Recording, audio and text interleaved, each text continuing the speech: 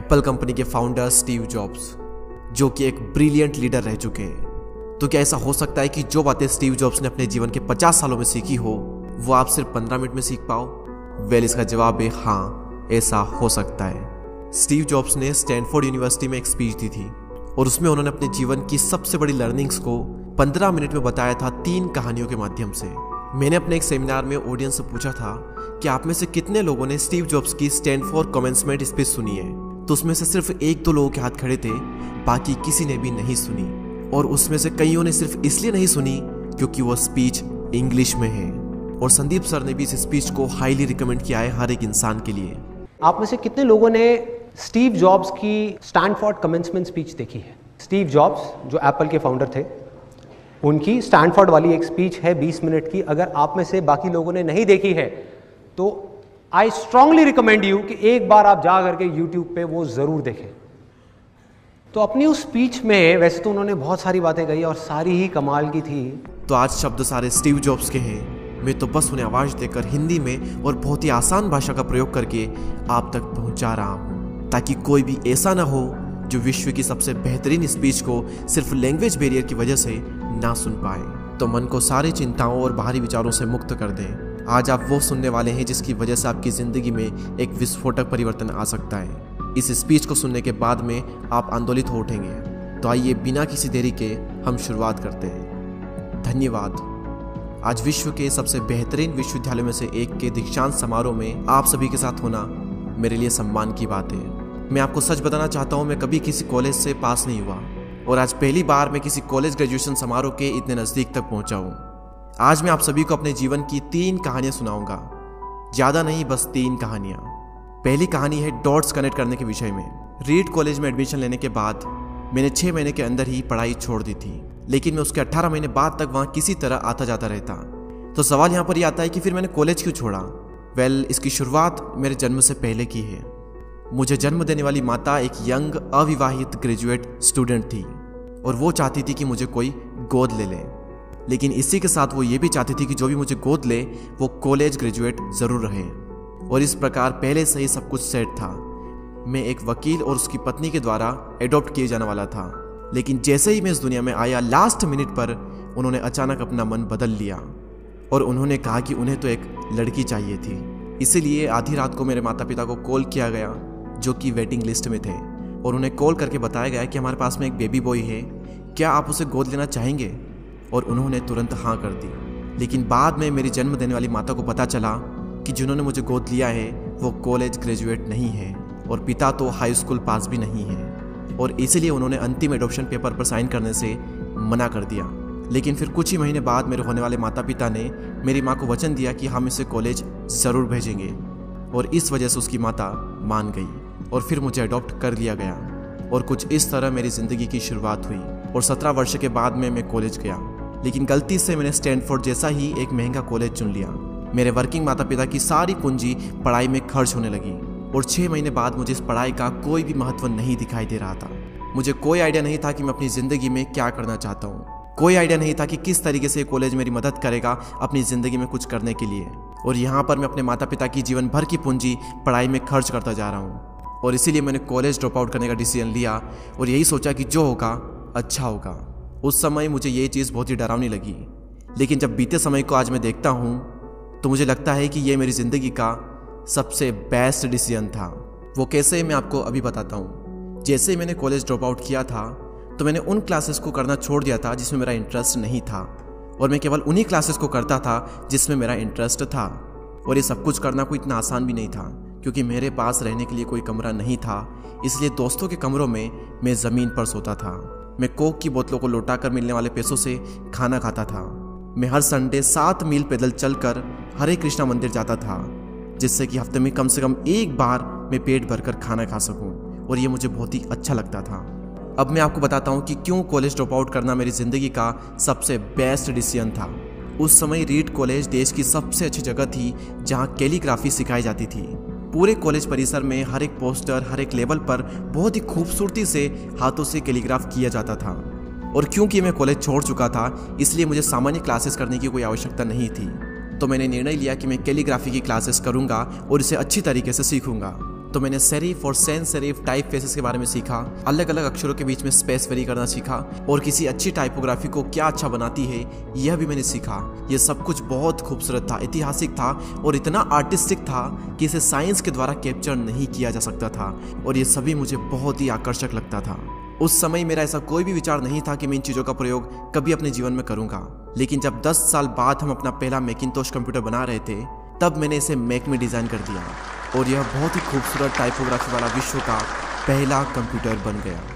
अगर मैंने कॉलेज में केवल कैलीग्राफी में प्रवेश नहीं लिया होता तो मैक में कभी भी मल्टीपल टाइप फेसेस या प्रोपोर्शनली स्पेस्ड फॉन्ट्स नहीं होते, और क्योंकि विंडो ने मैक की कॉपी की है तो दुनिया के किसी भी पर्सनल कंप्यूटर में ये सब नहीं होता।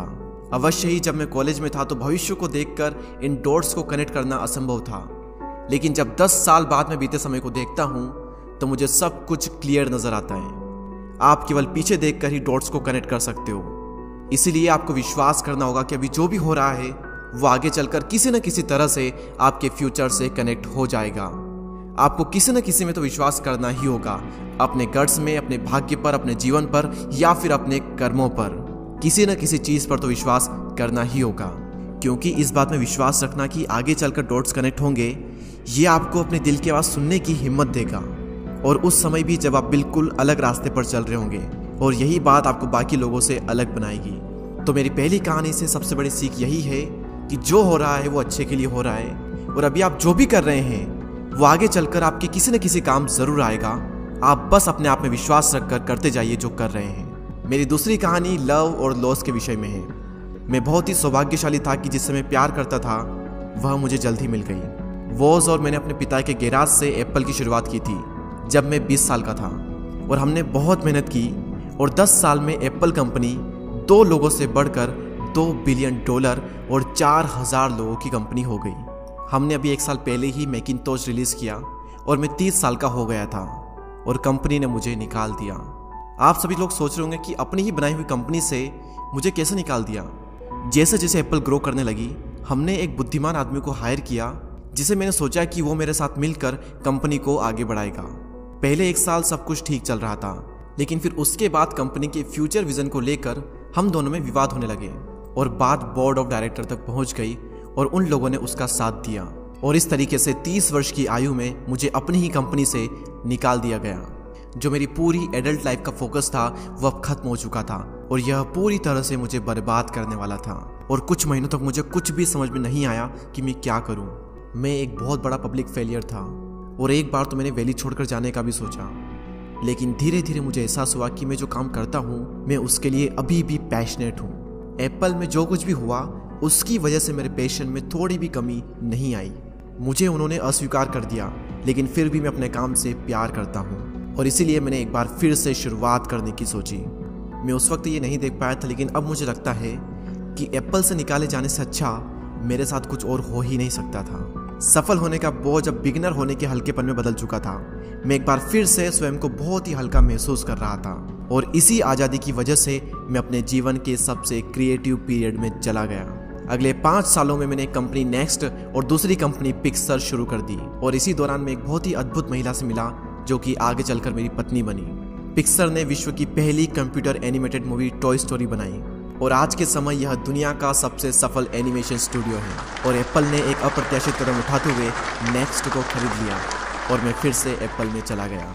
आज एप्पल नेक्स्ट द्वारा विकसित की गई टेक्नोलॉजी का उपयोग करती है। तो यहाँ पर मैं पूरे विश्वास के साथ में कह सकता हूँ कि अगर मुझे एप्पल से नहीं निकाला गया होता तो ये सब कुछ मेरे साथ नहीं होता। यह एक कड़वी दवा थी, लेकिन मेरे विचार में एक मरीज को इसकी ज़रूरत थी। कभी कभी ज़िंदगी आपको इस तरह की ठोकर मारती है, लेकिन आप विश्वास मत खोइए। मैं विश्वास के साथ में कह सकता हूँ कि मैं सिर्फ इसलिए आगे बढ़ता गया क्योंकि मैं अपने काम से प्यार करता था। जितना अपने प्यार को जानना ज़रूरी है उतना ही ज़रूरी है अपने काम को खोजना जिसे आप सच में एंजॉय करते हो, क्योंकि आपका काम आपकी ज़िंदगी का एक बहुत ही बड़ा हिस्सा होता है। और वास्तविक रूप से संतुष्ट होने का सिर्फ यही एक तरीका है कि आप वो करें जिसे आप एक बड़ा काम समझते हैं, और बड़ा काम करने का सिर्फ एक ही तरीका है कि आप वो करें जो आप करना पसंद करते हैं। और अगर अभी तक आपको वो काम नहीं मिला है तो आप रुकिए मत, उसे खोजते रहिए। जैसा कि दिल से जुड़ी हर एक चीज़ में होता है, वो जब आपको मिलेगी तब आपको पता चल जाएगा। और जैसा कि किसी अच्छे रिलेशनशिप में होता है, वो समय के साथ साथ और भी अच्छी होती जाएगी। इसलिए इसे खोजते रहिए, रुकिए मत। मेरी तीसरी कहानी मृत्यु के बारे में। जब मैं 17 साल का था तो मैंने कोट पढ़ा था, यदि आप हर दिन ऐसे जिएंगे जैसे आपकी ज़िंदगी का आखिरी दिन है तो आप किसी न किसी दिन सही साबित हो जाएंगे। और इसने मेरे दिमाग पर एक बहुत ही बड़ी छाप छोड़ दी। और तब से पिछले 33 सालों से मैं हर सुबह उठकर शीशे में देखता हूँ और खुद से एक सवाल करता हूँ कि अगर आज का दिन मेरी ज़िंदगी का आखिरी दिन होता तो क्या मैं आज वो करता जो मैं करने वाला हूँ। और अगर इसका आंसर ना होता है तो मैं समझ जाता हूँ कि कुछ न कुछ बदलने की ज़रूरत है। इस बात को याद रखना कि एक दिन मरना है किसी भी चीज़ के खोने के डर को दूर करने का सबसे अच्छा तरीका है। आप पहले से ही नंगे हैं, ऐसा कोई भी कारण नहीं है कि आप अपने दिल की ना सुने। करीब 1 साल पहले ही मुझे पता चला कि मुझे कैंसर है। सुबह 7:30 बजे मेरा स्कैन हुआ और उसमें साफ दिखाई दे रहा था कि मेरे पेनक्रियाज में ट्यूमर है। और सच कहूँ तो मुझे तो ये भी नहीं पता था कि पेनक्रियाज होता क्या है। डॉक्टर ने लगभग पूरे विश्वास के साथ में मुझे बताया कि मुझे एक ऐसा कैंसर है जिसका उपचार करना संभव नहीं है और अब मेरे पास केवल 3 से 6 महीने ही बचे हैं। डॉक्टर ने मुझे सलाह दी कि मैं घर जाऊं और सभी चीज़ें व्यवस्थित कर लूं। यानी कि डॉक्टर की भाषा में इसका मतलब था कि आप मरने की तैयारी कर लीजिए। यानी कि वो सारी चीज़ें जो आप अगले 10 साल में करने वाले थे वो बचे हुए दिनों में कर लीजिए, क्योंकि आपका अंतिम समय आ चुका है। मैंने इस डायग्नोसिस के साथ में पूरा दिन बिता दिया और शाम को मेरी बायोप्सी हुई, जहां पर मेरे गले के रास्ते से पेट से होते हुए एक एंडोस्कोप डाला गया और एक सुई से ट्यूमर के कुछ सेल्स निकाले गए। उस वक्त मैं पूरी तरह से बेहोश था, लेकिन मेरी पत्नी और वहां पर जो भी उपस्थित था कि जब डॉक्टर ने माइक्रोस्कोप से मेरे सेल्स को देखा तो वह भी रो पड़ा, क्योंकि सेल्स को देखकर डॉक्टर समझ गया था कि मुझे एक बहुत ही दुर्लभ प्रकार का कैंसर हुआ है जो कि सर्जरी से ठीक हो सकता है। तो मेरी सर्जरी हुई और सौभाग्य से मैं अब बिल्कुल ठीक हूँ। मौत के इतने करीब तक मैं पहले कभी भी नहीं पहुंचा और मैं उम्मीद करता हूं कि आने वाले कुछ समय तक मैं पहुंचूं भी ना। और यह सब देखने के बाद मैं पूरे विश्वास के साथ में ये कह सकता हूं कि मृत्यु एक उपयोगी लेकिन विशुद्ध रूप से बौद्धिक संकल्पना है। कोई भी मरना नहीं चाहता, यहाँ तक कि वो लोग जो स्वर्ग जाना चाहते हैं वो भी वहाँ जाने के लिए मरना नहीं चाहते। मृत्यु ही वो स्थान है जहाँ पर हम सभी लोग जाते हैं। आज तक कोई भी इससे बचा नहीं है और ऐसा होना ही चाहिए, क्योंकि इस जीवन का एकमात्र सबसे बड़ा आविष्कार है वो है मृत्यु। यह जिंदगी को बदलती है, पुराने को समाप्त करने का रास्ता खोलती है। और इस समय पर आप सभी लोग नए हैं और कुछ ही दिनों में आप सभी लोग पुराने हो जाओगे और रास्ते से साफ हो जाओगे। इतना ज़्यादा नाटकीय होने के लिए मैं आप सभी से माफ़ी चाहता हूँ, लेकिन यही सत्य है। आपका समय बिल्कुल सीमित है, इसलिए इसे किसी और की ज़िंदगी जी कर व्यर्थ मत कीजिए। बेकार की सोच में मत फंसिए, अपने जीवन को दूसरों के हिसाब से मत चलाइए, औरों के विचारों के शोर में अपने अंदर की आवाज़ को मत दबाइए। और सबसे महत्वपूर्ण यह है कि अपने दिल और सहज बुद्धि की बात सुनने का साहस रखें, क्योंकि वे पहले से ही जानते हैं कि तुम वास्तव में क्या बनना चाहते हो। तो पहले अपने दिल की आवाज़ सुने, बाकी सारी चीज़ें सेकेंडरी है।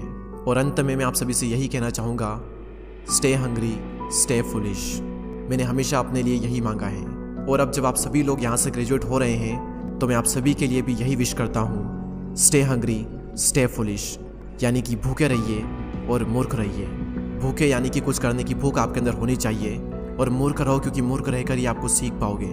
अगर आपको ये लगता है कि आप सब कुछ पहले से जानते हैं तो आप कुछ भी नहीं सीख पाएंगे। तो भूखे रहिए और मूर्ख रहिए। Stay hungry, stay foolish. आप सभी को बहुत बहुत धन्यवाद। और दोस्तों, मैं दीपक दया आशा करता हूँ कि आपने इस वीडियो से बहुत कुछ सीखा होगा।